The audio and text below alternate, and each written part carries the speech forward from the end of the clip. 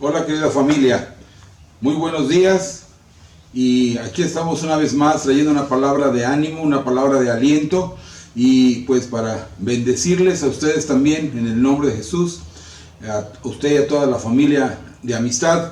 Y antes de pasar al tema principal, yo quisiera darles un versículo que está en Malaquías 1:11 y a mí me impresiona lo que dice aquí.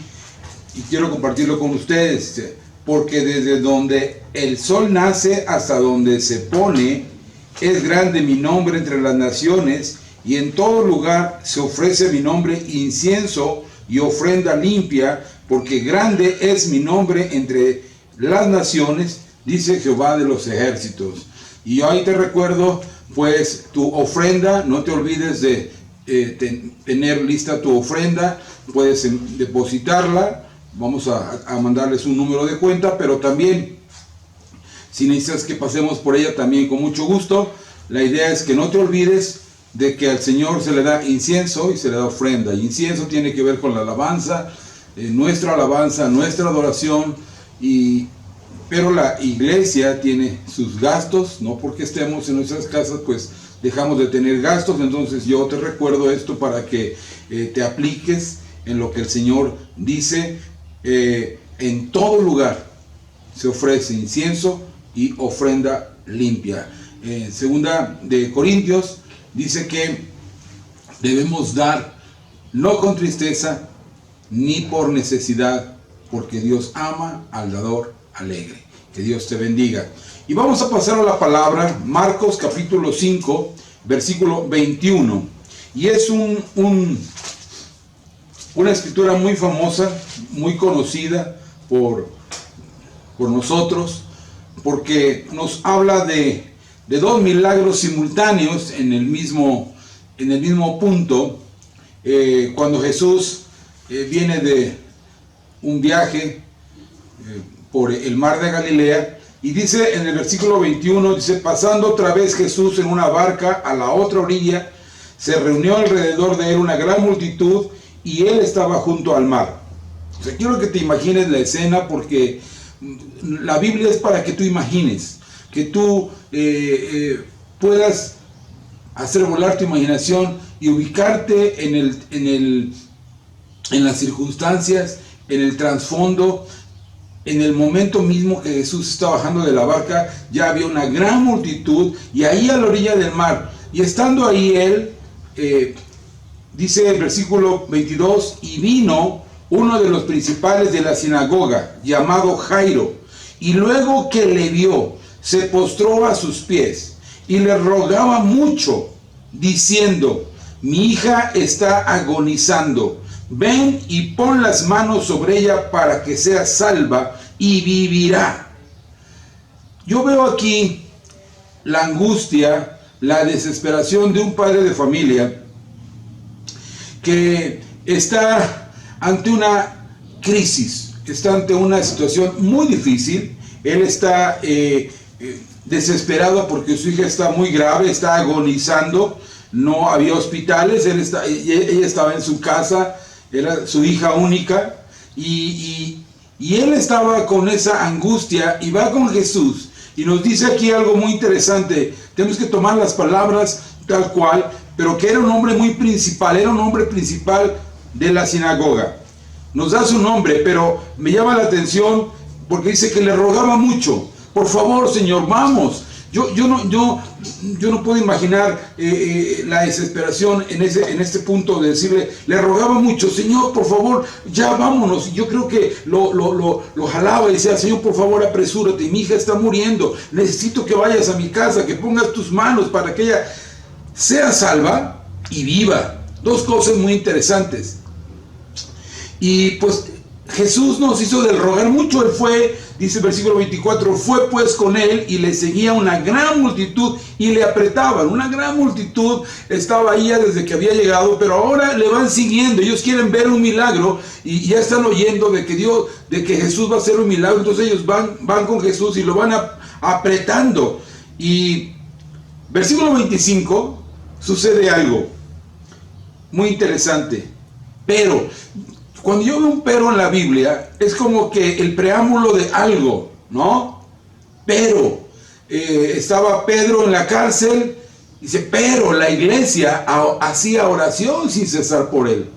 Yo cuando veo un pero, crea en mí una expectación, porque siempre viene algo muy interesante. Entonces dice, pero una mujer que desde hacía 12 años padecía de flujo de sangre y había sufrido mucho de muchos médicos y gastado todo lo que tenía y nada había aprovechado, antes le iba peor, cuando oyó hablar de Jesús, vino por detrás entre la multitud y tocó su manto, porque decía, si tocare tan solamente su manto, seré salva.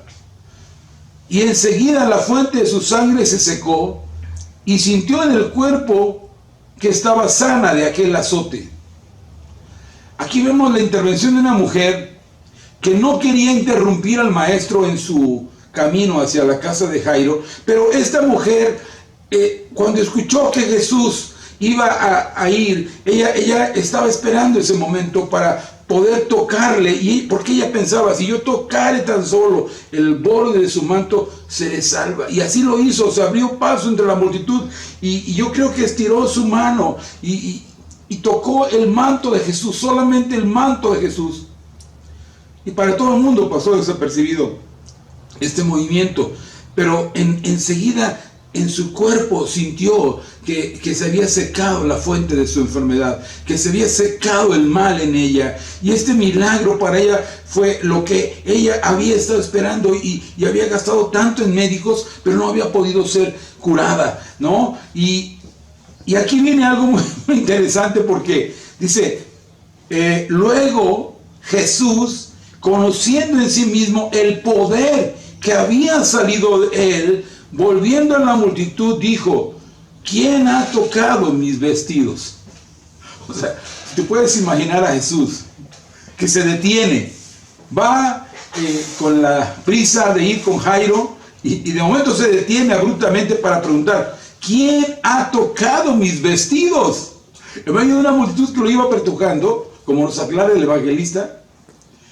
Pero Jesús hace esta pregunta porque él había sentido cómo el poder había salido de él.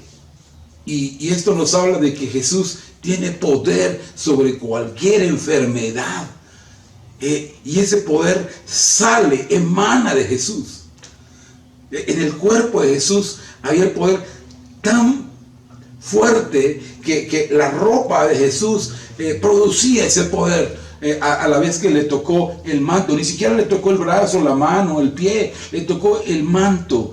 Y Jesús entiende que había salido un poder de sanidad de su cuerpo. Y entonces, obviamente que los discípulos ven esa pregunta un poco inverosímil, ¿no? Y dice, sus discípulos le dijeron, ¿ves que la multitud te aprieta y dices quién me ha tocado?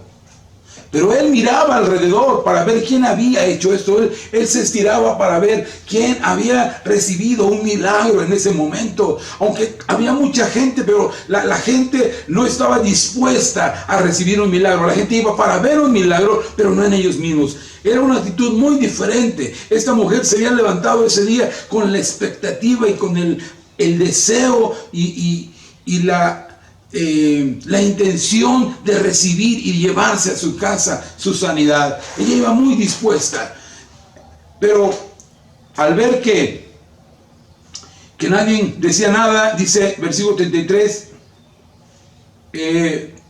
entonces la mujer, temiendo y temblando, sabiendo lo que en ella había sido hecho, vino y se postró delante de él y le dijo toda la verdad. Ahora, esto es muy importante hacerlo notar, porque esta mujer viene, dice que temblando, pasó adelante, toda la multitud se detiene, y ella pasa adelante, y ahí en ese momento ella se postra ante Jesús, y dice, y le cuenta, y le platica, Señor Jesús, yo estaba enferma, yo tenía una enfermedad muy, muy rara, pareciera incurable, porque nadie me había podido curar durante 12 años he padecido esta enfermedad, y le platica todo lo que ella había sufrido. Por eso se registra en el Evangelio, que había sufrido mucho de los médicos, y también se había gastado todo. Tal vez le dio un reporte financiero, y en este momento me hubiera gustado ver la cara de Jairo.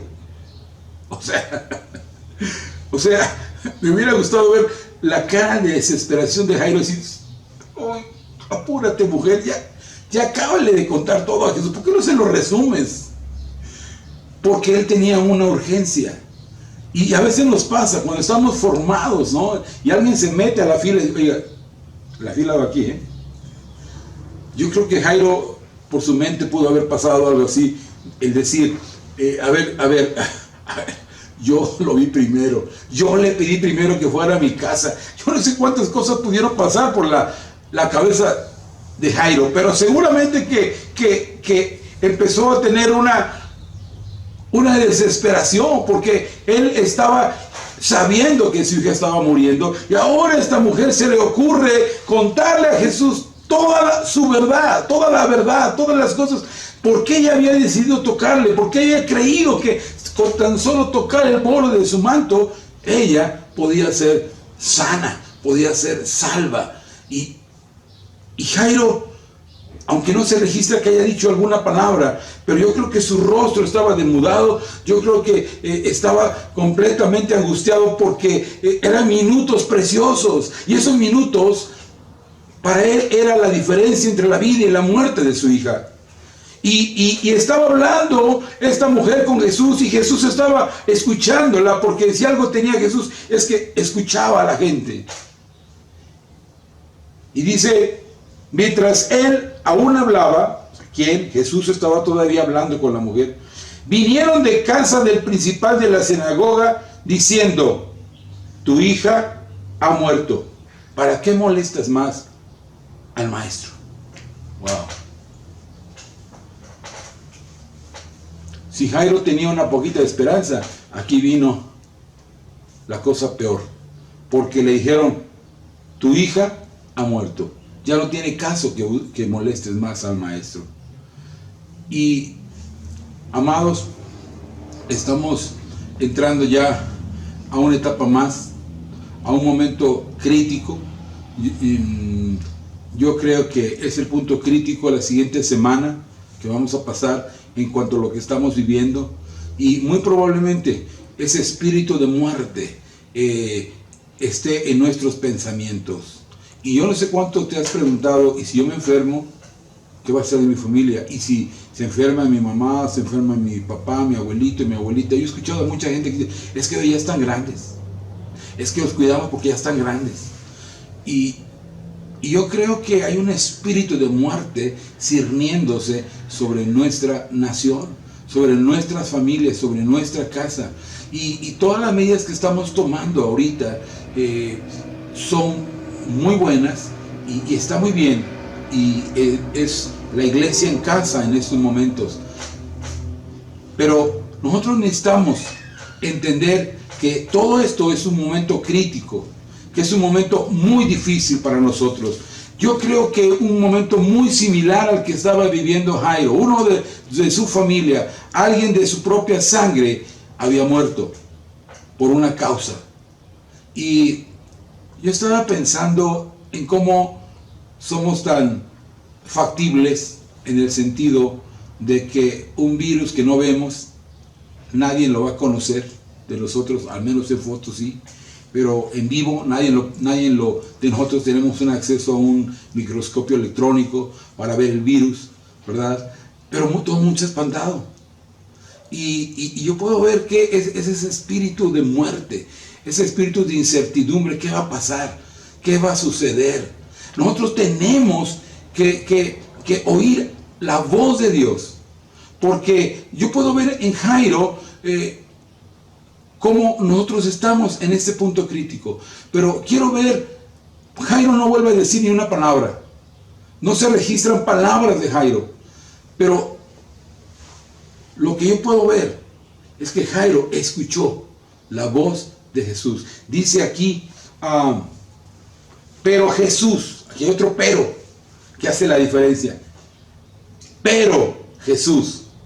O sea, la noticia era muerte, pero Jesús, luego que oyó lo que se decía, él escuchó cómo le decían a Saulo: ya para qué molestas al maestro, tu hija está muerta, ya, hasta aquí se acabó. O sea, si tienes una poquita de esperanza, no más esperanza. Dice que le dijo al principal de la sinagoga, y aquí va por tercera vez que se dice el principal de la sinagoga, porque, ¿sabes una cosa? En cierto modo esta palabra es para los jefes de familia, para los que están al frente de la familia, tanto en la cuestión económica como en la cuestión espiritual. Para ti, esposo, que eres el proveedor, que eres el jefe de la familia, o para ti, mujer, que no tienes un esposo y que estás al frente de tu casa, el Señor te habla y te dice esto. Porque mira, yo creo que como responsables de una familia muchas veces nos entra la angustia y la preocupación por saber qué puede pasar, qué es lo que sigue, cuáles cosas van a suceder, y yo necesito saber. Y yo tengo una palabra para ti en esta hora. Es la palabra que Jesús le dice al principal de la sinagoga, al responsable de la casa, al que tenía toda la responsabilidad de una congregación, ¿sí? A un pastor. Era el principal de la sinagoga, al que daba la palabra, al que llevaba todo el protocolo de la sinagoga. Era el principal de la sinagoga. Y 3 veces lo dice, y cuando la Biblia lo repite es porque es muy importante hacerlo notar. Entonces dice el principal de la sinagoga, y Jesús le da unas palabras. Ese es el punto central de la enseñanza de esta mañana. Es: no temas, cree solamente. Creo que esas palabras son las palabras de ánimo que necesitamos para esta semana. No temas. Si entramos a la fase 3 o a la fase 4, no sé cuántas fases tenga. 4. No sé si ya vamos a entrar a la fase 3, pero Jesús te dice a ti que tú estás preocupado por tu familia, que estás preocupado por tu nación, por tu ciudad. Jesús te dice: no temas, cree solamente. Y aquí viene algo muy interesante, porque creo que una de las cosas que está invadiendo a todas las familias es el temor, la incertidumbre. Por eso Jesús tiene que usar esta palabra muy frecuentemente en las tormentas por las que Él pasó con sus discípulos. No teman, hombres de poca fe. No teman, no desmayen, no se desanimen, no se angustien. El Salmo 34, ahorita regresamos aquí a Mateo, pero creo que el Salmo 34 es un salmo que nos invita a pensar y a reflexionar en lo que Dios es para nosotros. Y en el Salmo 34, me encanta, es uno de mis favoritos, porque aquí en el Salmo 34 dice: en el Señor se gloriará mi alma, lo oirán los mansos y se alegrarán. Engrandeced al Señor conmigo y exaltemos a una su nombre. Busqué al Señor y Él me oyó y me libró de todos mis temores. Me libró de todos mis temores. ¿A cuántas cosas le tenemos miedo? Hay gente que le tiene miedo a la muerte, hay gente que le tiene miedo a la escasez, hay gente que le tiene miedo al hambre, miedo a la enfermedad, miedo a todo lo que está pasando. Por eso dice: busqué al Señor y Él me oyó. El secreto es que tenemos que buscar a Dios. Y cuando lo buscamos, Él nos va a oír y nos va a librar de todos los temores. Y luego dice: los que miraron a Él fueron alumbrados y sus rostros no fueron avergonzados. Creo que en este tiempo Jesús, Cristo, el Señor, se va a glorificar en medio de toda esta pandemia. Pero nosotros, sus hijos, nosotros, su pueblo, vamos a ser alumbrados y no vamos a ser avergonzados. No vamos a ser avergonzados por nuestros enemigos, por los detractores, por los burladores, por aquellos que dicen: ¿dónde está Dios? ¿Sabes tú que hoy, en este momento, mucha gente se está decepcionando de sus santos, se está decepcionando de sus dioses? Pero nosotros tenemos a un Dios todopoderoso que nos dice: no temas. Y Él nos va a librar de todos nuestros temores. Y luego dice, este pobre, ¿sabes cómo se ve el salmista? Este pobre. Porque, ¿qué somos nosotros ante toda esta situación? Independientemente si esto fue creado, si fue provocado, o si es algo que surgió así, independientemente de eso, porque hay tantas cosas que se dicen en el internet, y hay tantos rumores y tantas cosas, pero independientemente de lo que digan, una cosa es muy clara: nosotros somos pobres e indefensos. Todos nos volvemos indefensos ante esa situación, ante esa pandemia. Todos somos susceptibles de enfermarnos. Por eso tenemos que decir, este pobre clamó y le oyó el Señor. Este pobre clamó y le oyó el Señor y lo libró de todas sus angustias. No de una ni de dos, de todas sus angustias, de todas las angustias que tú tienes. Dice que lo libró de todas sus angustias. Lo siguiente es que el ángel de Jehová acampa alrededor de los que le temen y los defiende. O sea, yo creo que el ángel de Jehová es Jesucristo, y Él nos defiende de todo lo que nos amenaza, de todo lo que nos atemoriza. Él nos va a defender. O sea, dice la Biblia que Jesús es el primogénito entre muchos hermanos. Es nuestro hermano mayor. A ese grado de confianza Él nos lleva con el Padre como sus hermanos. Y Él es el hermano mayor. Yo no tuve hermanos en lo natural. Me hubiera gustado tener uno más grandote para que me defendiera. Pero ahora sé que lo tengo porque Jesús es mi hermano mayor que me defiende. Es el ángel de Jehová que acampa alrededor de los que le temen y los defiende. Y fíjate lo que dice el Salmo 34, versículo 8. Gustad y ved que es bueno Jehová. La palabra gustar es la palabra probad. O sea, pruébalo, disfrútalo y ve que es bueno el Señor. Dichoso el hombre que confía en Él. Dichoso el hombre que confía en Él. Y estas palabras siguen resonando por generaciones y sigue sonando a través de los siglos. No temas, cree solamente. Y si regresamos a Marcos para poder concluir esta enseñanza, cuando regresamos ahí a Marcos capítulo 5, vemos nosotros cómo termina el milagro. Dice aquí en Marcos capítulo 5 que no permitió que le siguiese nadie, solamente Pedro, Jacobo y Juan, hermanos de Jacobo, y vino a casa del principal por cuarta vez, del principal de la sinagoga, y vio el alboroto y a los que lloraban y lamentaban mucho, y entrando les dijo: ¿por qué alborotáis y lloráis? La niña no está muerta, sino duerme. Y se burlaban de él. Mas él, echando fuera a todos, tomó al padre y a la madre de la niña y a los que estaban con él, o sea, los tres, y entró donde estaba la niña, y tomando la mano de la niña le dijo: Talita cumi, que traducido es: niña, a ti te digo, levántate. Y luego la niña se levantó y andaba, pues tenía 12 años. Y se espantaron grandemente, pero él les mandó mucho que nadie lo supiese, y dijo que se le diese de comer. Y confiamos en un Jesús, y le creemos a un Jesús que tiene poder sobre la enfermedad y que tiene poder sobre la muerte. Él es el gran vencedor de la muerte. Él es el que venció. Hace 8 días estábamos recordando cómo Él venció a la muerte, venció al pecado, venció al mundo, venció a los demonios.